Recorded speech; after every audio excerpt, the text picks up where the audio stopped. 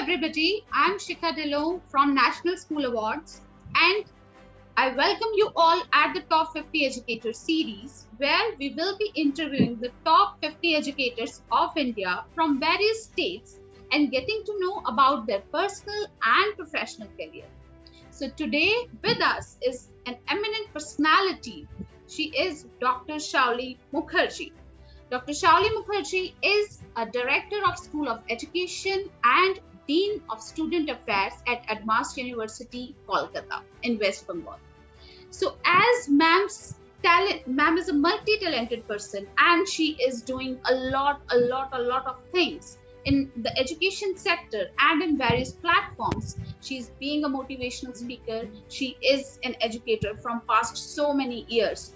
So I will be briefing a small profile in few words of hers. So with the prosperous career in the education space, spanning over more than 20 years, Dr. Shauli Mukherjee has a child-centric and activity-oriented education, passionate educationist, and a thought leader with a background of settling up and leading new age K-12 schools. Dr. Mukherjee had been a founder principal of Adamas School, STEM World School as well, the first STEM school in West Bengal she has started.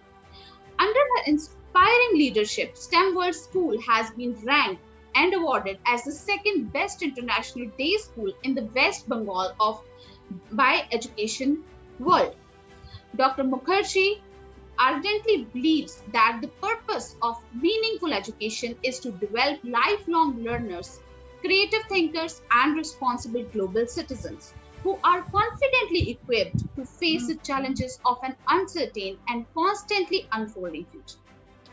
All through her career in education, Dr. Mukherjee had actively contributed to and spearheaded the process to create a personalized, engaging, and stress-free curriculum for children of all age groups. She had been the recipient of numerous awards and accolades, including the National Quality Excellence Award, Gem of India Award, Peerless ABP Pratibha Swikriti Award, Sarvepalli Radhakrishnan Award. She has also been conquered the Guru Parishad Samman, the Guru Varya Samman, and the National Education Leadership Award in her category of commitment to excellence in the education. These awards are to name a few. World Peace Award is also being conquered by her in her peaceful career. She has also been awarded for being among India's top 50 women leaders in the education industry by the Academic Council of Euclides. She's also associated with premier educational organizations across India as well as globally in senior advisory capacity. As a highly prolific motivational speaker, she is regularly invited in the numerous national and international conferences, summits, conclaves, and events to share her insight on the futuristic and transformative role of education. She is currently working as a Director of School of Education and a Dean of Student Affairs at Adamas University in Kolkata. She's also been working as a Director of School of Education as Dean, as I have said. And apart from that, she's also been handling a lot of positions in various institutes at various levels. She's also being a chairperson of Departmental Students' Grievance Redressal Committee for School of Education. She's a vice chairperson of Faculty Council of School of Education. She's also being a nominated member of University Board of Research. She's also a nominated member of University International Complaints Committee for matters pertaining to sexual harassment at workplace. She is a nominated member of University Internal Committee for Students with Disabilities as well. She's also being a nominated member of University Academic Council. She is a senior administrative officer at the University Interquality Assurance Cell as well. And she's also working as Executive Director, Curriculum of Charles Walter Society of Innovation and Research, that is CSIR. She is also a national executive member in India East Zone for Global Educator Forums. She is a brand ambassador of State Educational Advisory in West Bengal for Wednesday Times. She is also an honorary national advisor of Sports Academy Association of India. She is also an advisory board member of International Internship Global University and a part to explain every aspect of ma'am's career. It is a huge positions she is holding, and she is a multi-talented personality. So we welcome today, ma'am, you at this platform, and we are really privileged that you have spared some time to talk to us today. Thank you so much, Shikha. It's absolutely a pleasure for me to be on this platform today to share my views and insights with the viewers. Thank you so much. Thank you so much, ma'am. As I have already said that the profile of yours is so vast and so competitive, so I can't explain it in few words. But surely we will be putting all the qualifications and all the positions of you at this video and on our website as well. So, ma'am, with the starting, as you have spent a lot of years, like more than 20 years in the education sector, and you have worked at various levels in terms of providing the social infrastructure and also the educational infrastructure to the society or the students. So we wanted to know how have you started your journey in the education field, like as 20 years back, and now as you are a prestigious member of a lot of associations and you are working as on a very prestigious positions in various institutes. So how have you started from starting of your career and in education sector, and how was your experience in coming from different steps and being on such a highest positions? So Shikha, it has almost been 23 years now that I am in the education sector, working as the principal of some of the reputed international schools in West Bengal, among which few schools have been exclusively founded by me as the founder principal, among which I would definitely like to mention STEM World School, which was the first STEM school in West Bengal, and which was also eventually awarded for being the second best international day school in the entire West Bengal region. So STEM World School happened to be my brainchild before I had joined in my present assignment as the Director of School of Education and Dean Student Affairs at one of the premier universities of Eastern India, and that is Adamas University. So Adamas University, my stint with Adamas University is actually, my present association with higher education industry. Apart from that, I am also associated with premier educational organizations across India, as well as globally in senior advisory capacity as a global thought leader, and also as an inspirational speaker. I almost speak regularly in different forums, national as well as international conferences, summits, conclaves. Well, apart from that, also I'm, passionately involved in issues pertaining to women empowerment, youth empowerment, issues related to mental health and emotional intelligence, as well as sports. So in that capacity, I am also working as the Executive Director, Curriculum for Charles Walter Society for Innovation and Research. I'm also the Executive Director for ITYM Foundation, which works relentlessly towards youth empowerment issues. My passion towards mental health issues, due to which I have been the Senior and Special Advisory Board member of a number of organizations which are working towards mental health issues globally. And I would like to mention here JIMHA Australia, of which I am the Special Board Advisory member, also MISOGI India and JIMHA India. As I told you that I am quite passionate about women empowerment issues, and in that capacity, I'm working as the chairperson of Women Reform Organization in Nigeria, and also the chairperson of the Education Board for Hope Ambassadors and Child Care Organization, which is working in Pan Africa. So these are the two organizations wherein I am associated with, and I'm working relentlessly on these issues. Apart from that, as a sports enthusiast, I'm also the national advisor for Sports Academy Association of India and the chief of Northeast for IGC, that is Indian Golf Circuit. I'm also the state educational advisor and brand ambassador for Wednesday Times, and also the ambassador for Common Entrepreneurs Club, United Kingdoms. Also, I would like to mention that I am the Peace Ambassador of India for Global Peace Foundation UAE, and also the World Peace Award recipient for 2021.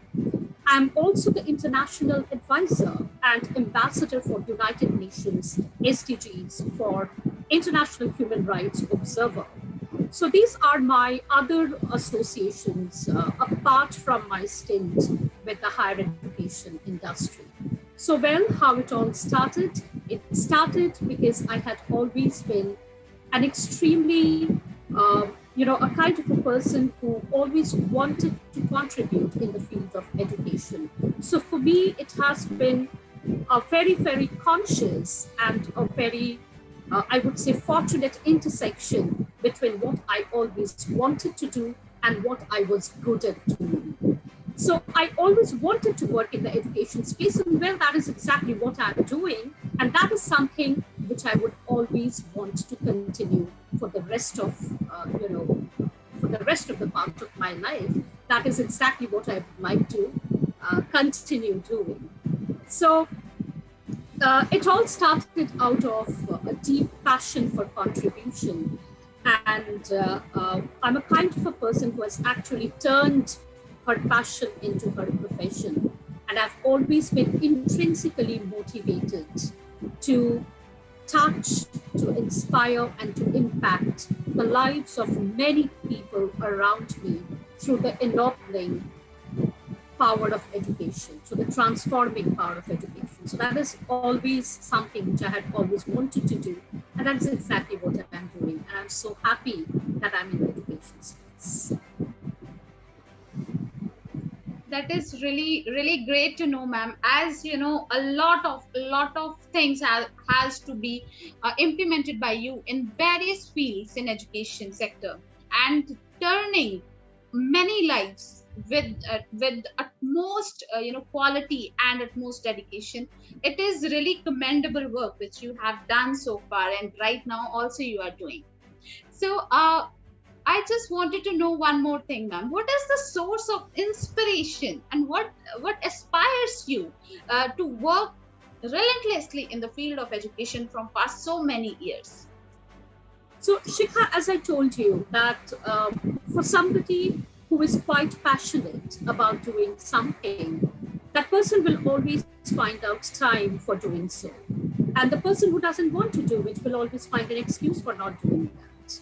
So, I am often being termed by my friends, relatives, and colleagues as a kind of a person who is a very workaholic kind of a person who works for 15 to 16 hours in a day, and that too, with utmost zeal, passion, and energy and motivation. So it has never been for me like, okay, I'm compelled to do something, or I have to do something. It's not like that.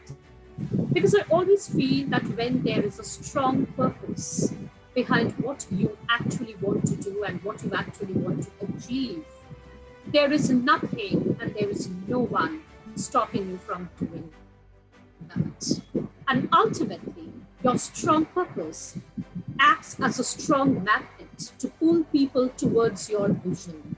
And then a wonderful journey of success commences. So you never really have to go and reach out to people and tell them that this is exactly what I'm trying to do and come be a part of my journey. No, because if your purpose is meaningful and if your purpose is like that, it acts as a very, very strong magnet to pull people towards your vision. And then you wake up every morning with a strong sense of purpose and commitment that, yes, I'm here to make a difference. And then your entire life sort of becomes a completely different journey altogether. Absolutely right, ma'am. Absolutely right. And it is very, very inspirational for all of us, along with the other educators, I believe, as well, because we need the people with self motivation, and we need that inspired people to work in the education sector, so that there would be a lot of advancement and a lot of changes could be there in the improvisation of our education system in our country. So that is really great to know about you as a person and about your inspirations, as you know, you have been that kind of a person who is self motivated and who has a strong sense of purpose in their lives. And it is really, really great and privilege for us to know you better. So ma'am, coming forward, as you know, a lot of things are going and changing all of sudden in this COVID pandemic. And in 2020, when it has been occurred, and a lot of countries and even India is also being impacted by the COVID crisis. A lot, country is being under the lockdown all of a sudden, and a lot of sectors have been impacted by this, including the education sector as well. So I wanted to know that what was your approach in 2020? Although we are now in the middle of this pandemic, and we know how to work on the things in the education sector, how to make education more impactful. We are at halfway. But in 2020, when it suddenly came and suddenly schools and other things have been shut down, and this was a challenging time for the educators, as the traditional education methods have been converted into a very different mode, that is the e-learning method, all of it. So how have you handled this kind of challenge as an educator, once it was the whole change as one in the education system of India? So I would like to answer this question in two ways. One is on personal ground and one on professional ground. So on personal ground, I would like to mention that a very important shift happened to me personally in 2020, and that is after spending more than 2 decades in the era and domain of school leadership. In 2020, I made a shift to higher education sector, where I had assumed the role of a director and dean of a private university in Eastern India. So for me, it had been a shift from school education to higher education in 2020 on a personal ground. Professionally, I would like to say, and I have quite a different perspective on it, because I always say in a lot of shows and talks that thanks to COVID times, which had actually, and I'm talking from the perspective of an educator here, that which had actually propelled all of us to think and act outside the box, which we had not been doing so far. So when it had given all of us that push to really think and act outside the box and to embrace considerable flexibilities and innovative strategies in order to make education more meaningful and more application based. So I definitely have, I have to say that thanks to COVID times, right? So yes, it had been a challenging times for the educators, for the students, for the parents, for the entire educational fraternity. But ultimately, we have to understand that the changes which COVID had brought about, they had been long overdue. So had COVID not come, what would have happened? I mean, these changes would have taken, I guess, another 30 or 40 years to happen, which COVID had accelerated. And that is the reason we must thank, this pandemic, especially from the perspective of education, because we have to understand that we all had been very, very comfortable in doing something which had been, happening for so long. And we all know that traditional and conventional educational norms force children and young learners to draw and color within the lines. That is metaphorically to comply and to conform and to compete. That is, every single learner is given the same amount of time to learn the same thing in the same way and preferably on the same day. So that is the irony of our current education system. So when COVID came, it gave a very big push, and it actually compelled all of us to think on different angles and to think creatively, to think innovatively, because we all know and we all have to admit and acknowledge that if we have to do something meaningful, if we have to do something innovative and creative, we cannot do that being in our comfort zone. So we all had been in our comfort zone. We had all been operating from our comfort zone. And hence, nothing much had progressed in our education scenario. And we all know that. So I keep on saying this often, that the changes or the positive disruptions that have happened in the span of the last 12 months have not even happened in the last 12 years. See, even apart from education, Shikha, if you see the constant focus and the weightage being given on mental health issues and on emotional intelligence, which have been so very neglected in our education system for so long. But it has, it has taken that impetus, and people have really started acknowledging its importance and started giving its due importance. So a lot of positives have taken place.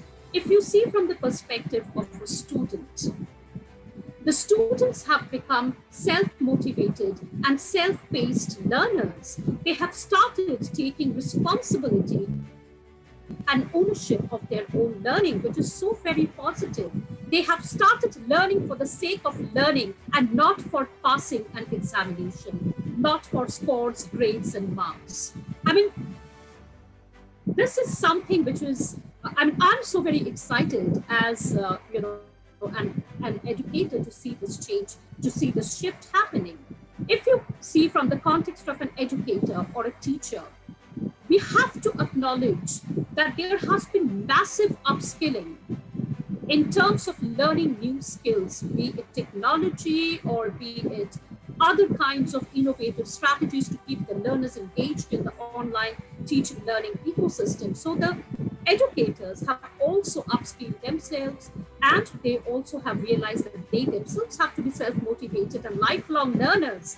And in the continuous phase, they have to continuously learn, unlearn, and relearn across all the significant phases of their lives. And they also have started collaborating with each other. Such an important positive shift, which hardly used to happen in pre-COVID times. And as it is said that as a teacher, the greatest resource that you can have is each other. Without collaborating, your growth is limited only to your own perspective. So you cannot continue working on a silo anymore. So these changes are very, very positive, even from the perspective of a parent. The parents, you will see, Shikha, that they have started being active participants in, their child's learning experience and their child's learning journey. So many positives have happened due to COVID. And I'm hopeful that even after the situation, the external situation normalizes, these positives will definitely stay on with us. Absolutely fabulous thoughts, ma'am. And I completely agree with all your points that we have jumped into the future so early. Approximately, as you have rightly said, that 30, 40 years would have been taken otherwise. if this pandemic would not hit and we would not be shifting from the practical or the normal education system to the technological education system to the e-learning technologies. So that is really great. And yes, uh, for human beings, sky is the limit. So we can do anything. If this they basically say that necessity is the mother of invention. So once we will be having not having any choice of doing anything, then ultimately we have to push ourselves to get into the better shape and for the transformation. And also agree with your points, ma'am, that a lot of students have also been changed their perspectives, and teachers have also trying to be self motivated so that they can learn. A lot of teachers who would not be knowing anything about the technology, now they are taking the e classes nowadays. So that is really a great thing, and we are actually seeing the teachers of 50-60 years who have just been based on the traditional education system, they are already learning from the kids as well. So it was the helping time where kids have helped the elders as well, and elders have helped themselves and kids as well. So that was really great. Here I want to ask one thing from you, Dr. Mukherjee, that you are being into the higher education as well from like past year. So was there any difference in the terms of teaching and in the terms of learning methodologies as compared to the schools or as compared to the colleges? Because college students are learning in some other way. There is more practical learning, and they are self reliant for the studies. There not been any so much of classes in the colleges, they are not taking. But in the school there is a sort of discipline, and you need to sit and take the classes, each and every classes. So have you seen any kind of difference once both of the streams in the education have completely shifted on the e-learning technology? In general, I would like to say that all the students, be it a school student or a college or a university student, they have actually become self-paced and self-motivated learners who have started, taking the ownership and responsibility of their own learning and started learning for the sake of learning. That is a positive which is across, any kind of levels, like be it in school level or college level or university level.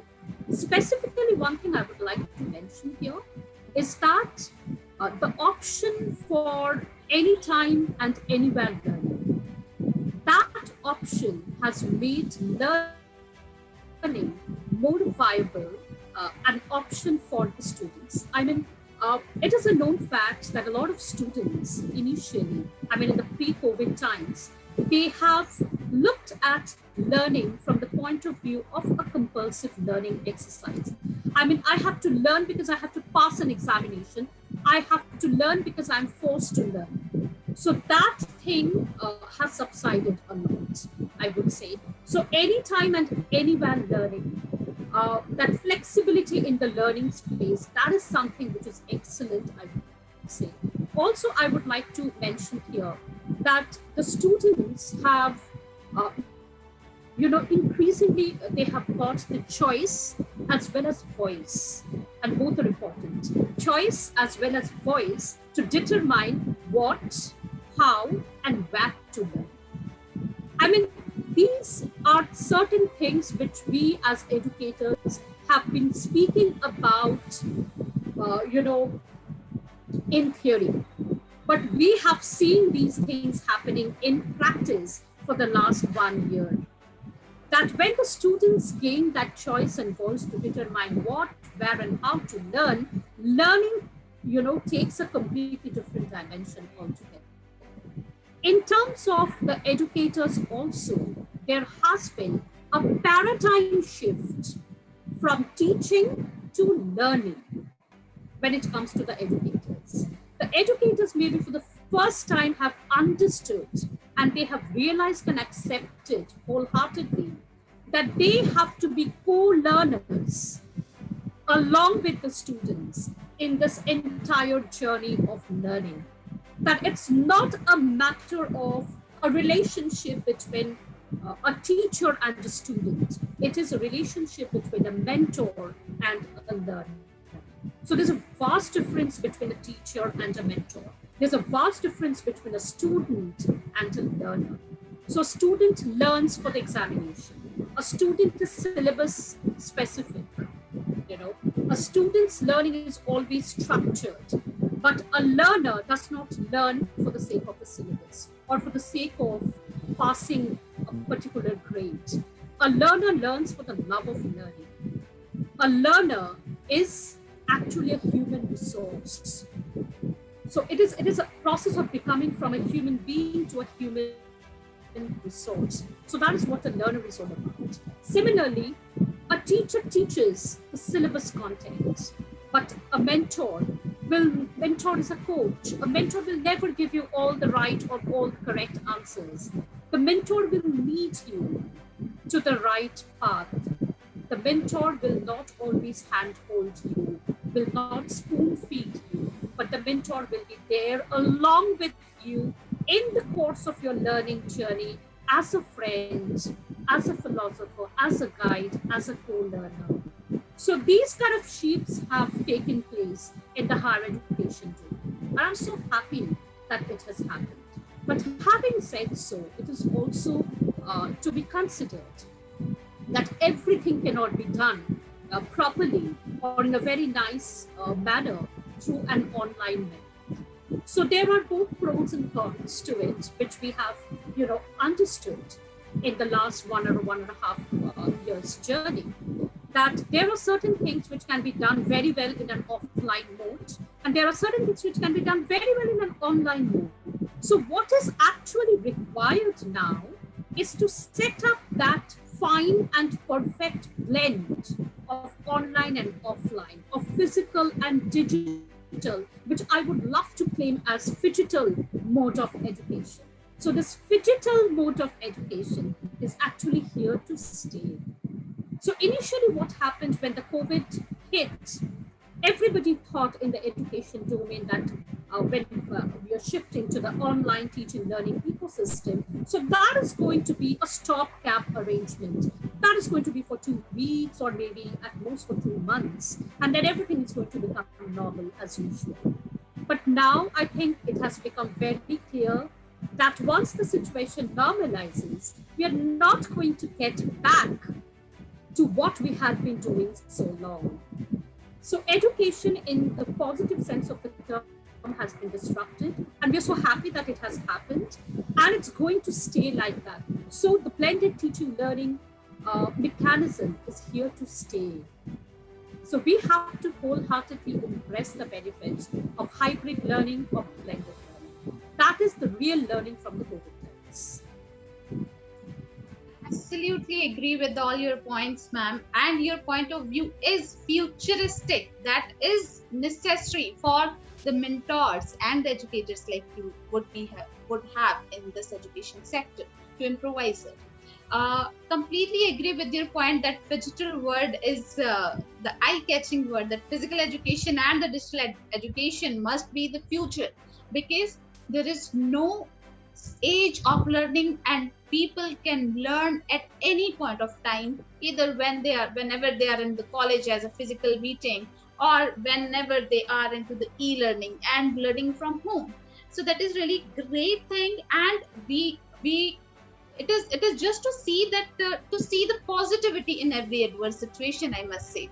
So we have to be that much positive and optimistic, so that we can see the positivity in adversity, and we can take out the options, or we do have some kind of invention so that we can take out the advantage of all of them. So that is really great. And as you have already explained very rightly that a lot of platforms have been there, like Zoom, as we are on a meeting on Zoom, the Google Meets, the Microsoft Teams, and a lot of softwares are also there now, as it is showing that learning is not having any time issues. It is not the age bound process.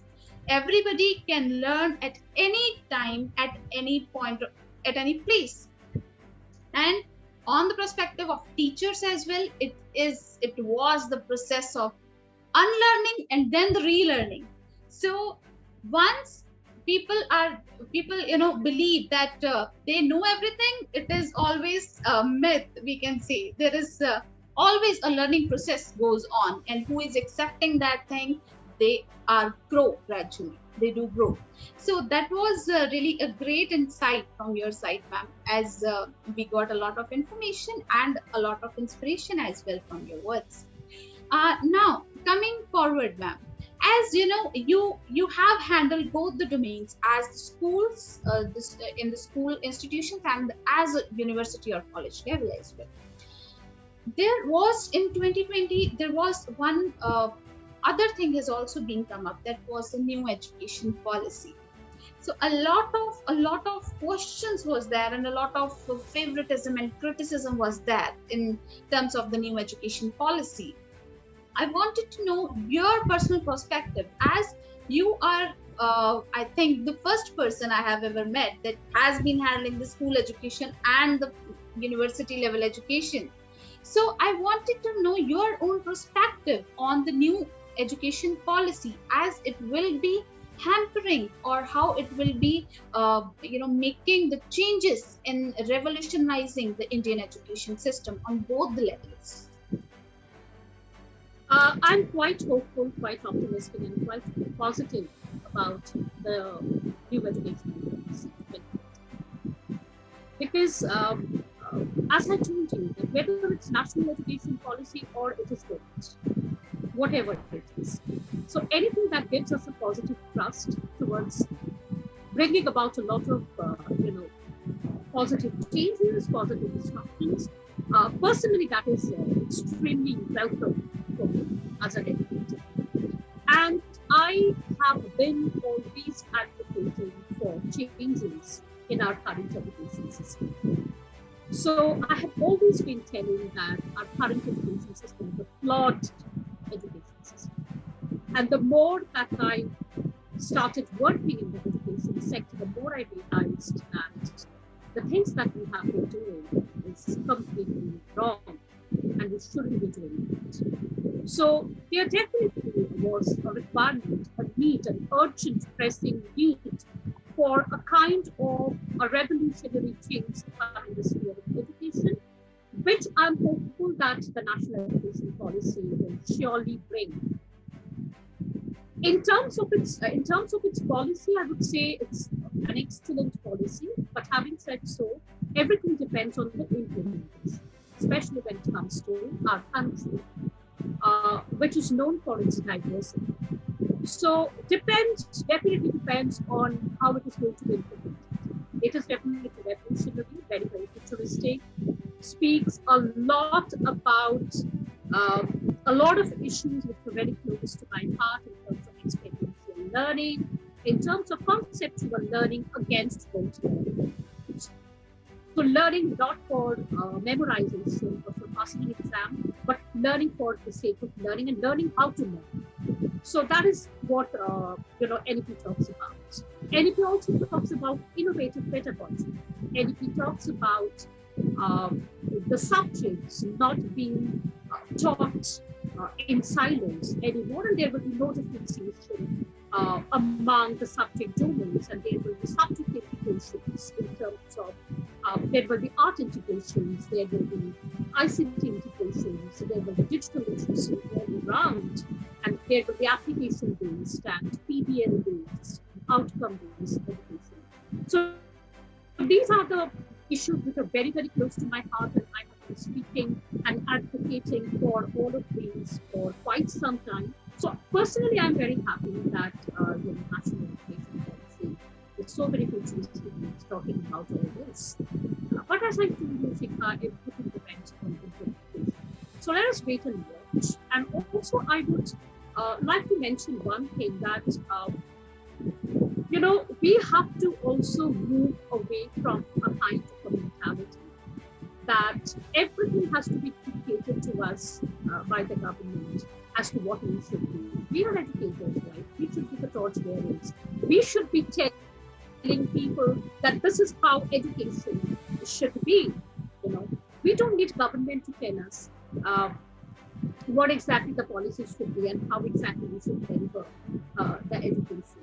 We know that education has to be holistic. We know that education has to create human beings. So we know that for sure. And we have to move away. We have to move far, far away from, that one size fits all and that factory model of productivity which has guided our education system for so long. We all know that our current education system, even in 21st century, is heavily guided by 19th century industrial. So that is a solid state of affairs. We're still following that. I keep on saying this, that our histories have changed, our geographies have changed, but unfortunately, one thing which has not changed is our education system. And that is so very unfortunate. So as responsible educators, we must come forward, we must come at a single consensus, and we have to, it's high time that we should stop, combating and, opposing changes. Change, if it has come either through COVID or through the pandemic or through the disruptions or through the national education, change is always for the better. We need change.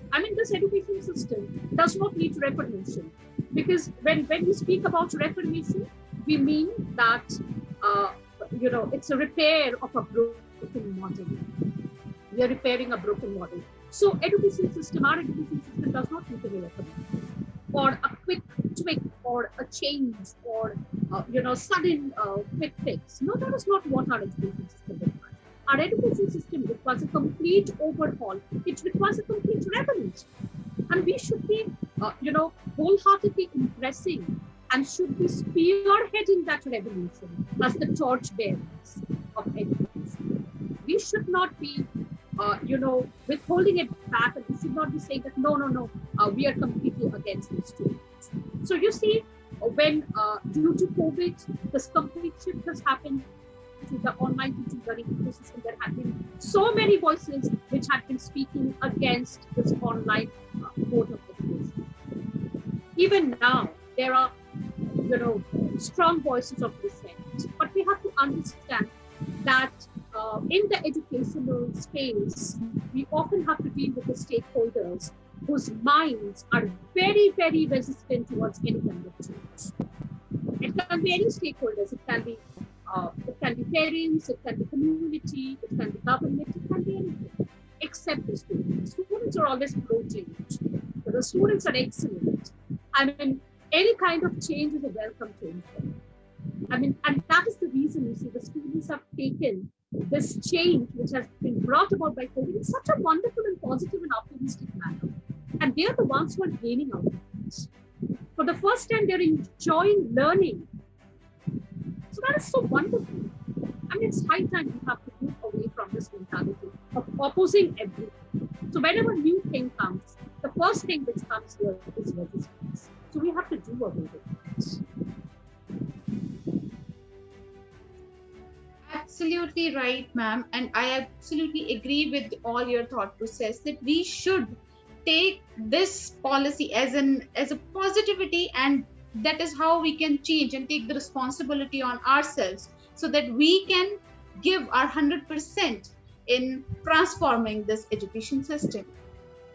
So ma'am, one more question I do have in this context is, as the new education policy has states that a student in the higher classes, like +1 or +2, it is 11th and 12th, they can take a mixture of subjects, like there would not be any medical, non-medical, commerce and arts thing. So one can have the biology, one can have the economics with biology, and one can have the political science or other subjects.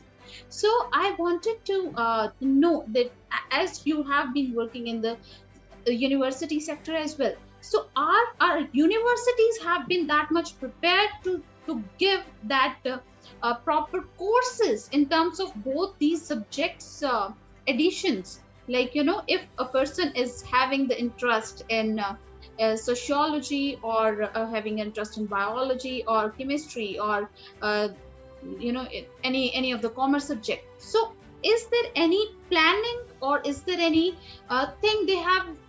UGC, University Grant Commissions, is being coming up with any kind of this amalgamation of subjects so that students can have a better career options in the future? Is it so?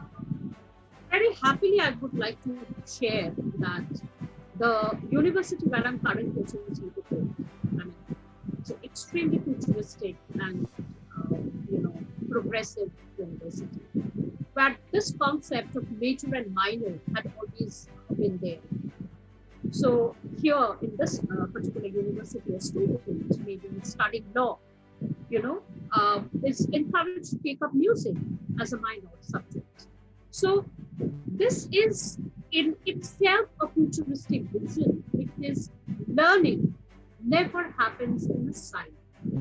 I mean, this is exactly what has happened for so long, that arts, humanities, commerce, science, all in compartments, right? But you tell me, learning in the real sense of the term, does it ever happen in a compartmentalized manner? Never.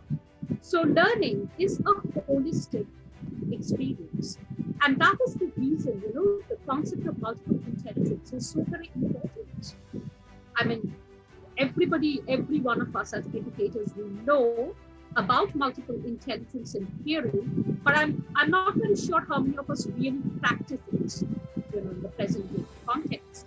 When we know that there are so many different kinds of learners. I mean, some are auditory learners, some are visual learners, some are kinesthetic learners. Some they have to move in order to learn, kinesthetic learners, So different kinds of learners. Accordingly, the curriculum and the pedagogy has to be structured in order to be suited to the diverse range of the learners.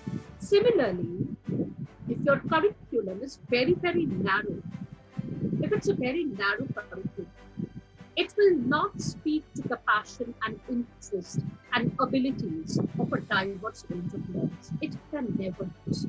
And that is the reason we have seen that, there have been cases of failures.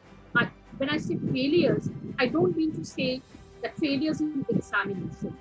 That is not what I'm trying to do, because I always think as a progressive educator that we have to stop stigmatizing failures and mistakes. And we have to start acknowledging the fact that both failures and mistakes are essential components of an effective learning experience. So the day we start embracing failures, the day we start telling our learners and our kids that it's absolutely fine if you fail and it's absolutely fine if you commit mistakes, because that is exactly how you learn the sense of the term. That is the day when learning actually will happen in the true sense of the term. It will be successful. So if you see, one of the prominent, problems in our education sector happens to be the problem of dropouts. We all know this. So the percentage of dropouts is increasing at an alarming rate and proportion across all levels of education, be it in the primary level or in the higher education. So the case of dropouts is a very, very potential threat to the education. But personally, I feel that is only the tip of an iceberg.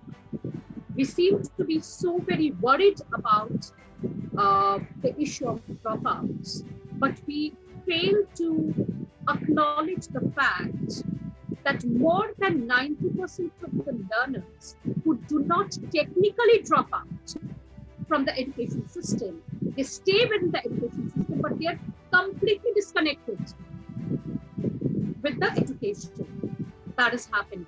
You know why this happens? This happens because of a very, very narrow curriculum. The curriculum is so very narrow and it's so very compartmentalized that it fails to speak to the broad levels of talents, potential, and passion of the diverse range of the learners. And that is the reason across significant phases, in the levels of the education, you will see that the learners start losing their interest. They start losing their connect with education and learning. They stay within the system technically, but they're completely disconnected. So that is a very, very vital issue. We all have to think about it. So When there is no compartmentalization, when we see learning as a whole, that is the true essence of learning. And that will eventually start speaking to the areas of passion of the diverse learners. They'll start taking interest. They'll start being in the system wholeheartedly. And that is what we require. We don't require disinterested and disconnected learners. We require learners who are connected with learning and education in the future too. That is what we require. Absolutely right, ma'am. As this is one of the major pain point, I must say, in the education sector, that kids or students are that much disconnected with the learning and disconnected with the curriculum, or if they don't want to study that particular thing, but they have to study it. So that is the major problem, where there is as you have said, that there is a dropouts, and there is a culture. Basically, we are not producing the intellectual beings out of our education system, but we are promoting the memorization as a major factor.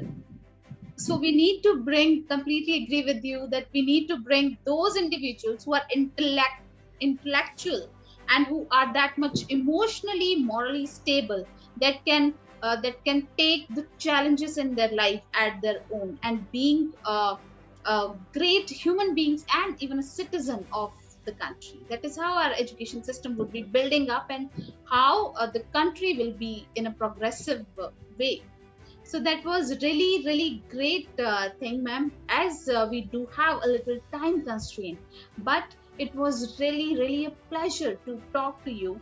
And last but not the least, is there any suggestions you want to give to your fellow educators, the school principals, the directors, or the teachers, or the students from this platform? Yeah, absolutely. I would like to say two things. I would like to say that it's high time, and also I would like to mention during COVID, definitely. COVID has brought to the forefront that teaching is not a mechanical process of transferring content and knowledge from one person to another. Teaching is, in fact, one of the most creative and one of the most sophisticated professions of the world, which helps the young learners to evolve into their authentic, their dynamic, and their very best version of themselves. So that is what teaching does.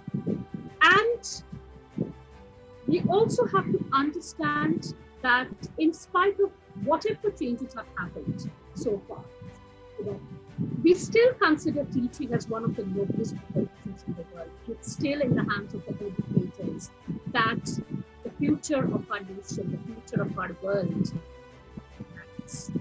And it is for the educators now to realize the tremendous power and tremendous responsibility that they have in nurturing the future of our nation or of the world, in terms that the sudden pandemic has made it very clear that what the world requires are not mechanical minds, which are full of facts and figures, minds which are systematically formulated to think alike.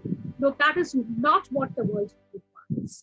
What the world requires are minds which are capable of diverging thinking, minds which are capable of out-of-the-box ideation. That is exactly what the world requires. Now, who is going to nurture these kind of creative minds? The educators. So the educators will do that. We do a very big mistake in terming ourselves as teacher. I'm a teacher of English, or I'm a teacher of science, or I'm a teacher of physics. No, that is not what we are. We are not teaching subjects. We are teaching the learners, who are essentially human beings. So teaching is a human process. So the human element in the teaching profession has to be brought back, or it has to be retained if it's already there in the system. Because we all have to understand, in conclusion, I would like to say, that the young learners are very much like natural resources. Their talent talents, their abilities, their unique talents, their unique individualities often lies deeply buried under the ground, and they do not show up unless you look for it and you make an attempt to create a conducive climate where they can show up and they can thrive. So who's going to make that happen? Who's going to create that conducive climate? It is we, the educators, who have to take the responsibility of creating that conducive environment where our future generation will not only sustain, will not only survive, but will thrive in this 21st century, volatile, uncertain, complex, and ambiguous world. Absolutely honored and absolutely inspirational thoughts we have got, and we are really privileged that you have come on this platform and share your precious thoughts with us. And moreover, ma'am, we are definitely looking forward for having a more meaningful conversations with you in the near future as well.